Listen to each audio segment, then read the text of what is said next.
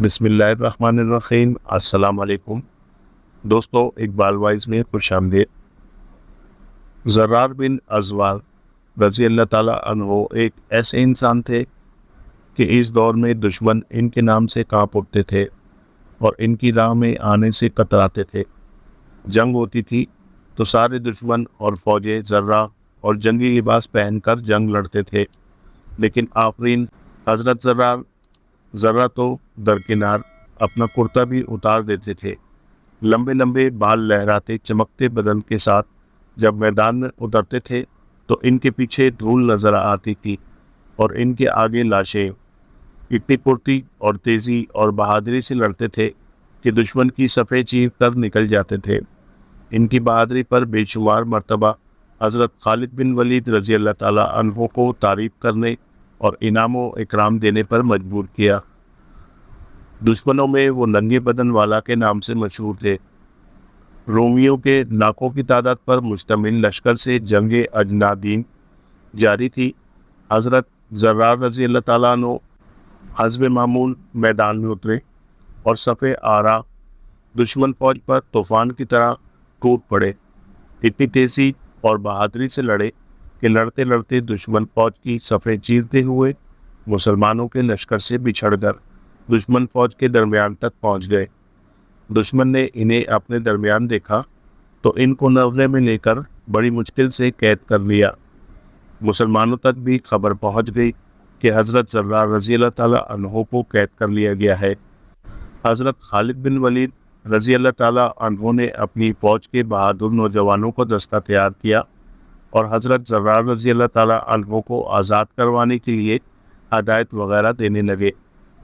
اتنے میں انہوں نے ایک نقاب پوش سوار کو دیکھا جو گرد اڑاتا دشمن کی فوج پر حملہ آور ہونے جا رہا تھا۔ اس سوار نے اتنی تنخوہی اور غضبناکی سے حملہ کیا کہ اس کے سامنے سے دشمن پیچھے ہٹنے پر مجبور ہو گیا۔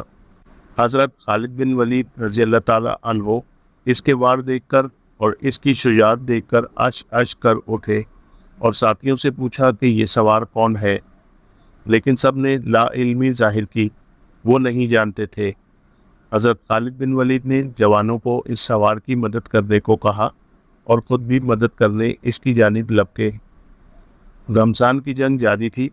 کبھی خالد بن ولید رضی اللہ تعالیٰ عنہ اس سوار کو نرغے سے نکلنے میں مدد کرتے اور کبھی وہ سوار حضرت خالد بن ولید رضی اللہ تعالیٰ عنہ کی مدد کرتا۔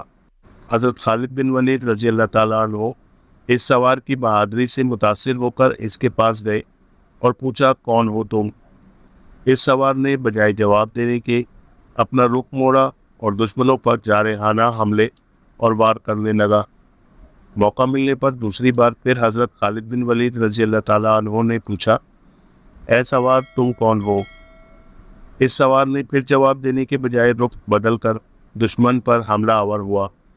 تیسری بار حضرت خالد بن ولید رضی اللہ تعالیٰ عنہ نے اس سوار سے اللہ کا واسطہ دے کر پوچھا کہ اے بہادر تو کون ہے؟ تو نقاب کے پیچھے سے نسوانی آواز آئی کہ میں زرار رضی اللہ تعالیٰ عنہ کی بہن خولہ بنت ازوار ہوں۔ اس وقت تک چین سے نہیں بیٹھوں گی جب تک اپنے بھائی کو آزاد نہیں کروا لیتی۔ حضرت خالد بن ولید رضی اللہ تعالیٰ عنہ نے کہا کہ پہلے کیوں نہیں بتایا؟ تو کہنے لگی، آپ نے منع کر دینا تھا۔ حضرت خالد بن ولید رضی اللہ تعالیٰ عنہ نے کہا، آپ کو آنے کی کیا ضرورت تھی؟ ہم تھے آزاد کروانے کے لیے۔ تو حضرت خولہ نے جواب دیا کہ جب بھائیوں پر مصیبت آتی ہے تو بہنیں ہی آگے آیا کرتی ہے۔ پھر مسلمانوں اور حضرت خولہ رضی اللہ تعالیٰ عنہ نے مل کر حضرت زرار رضی اللہ تعالیٰ عنہ کو آزاد کروا کر دم دیا۔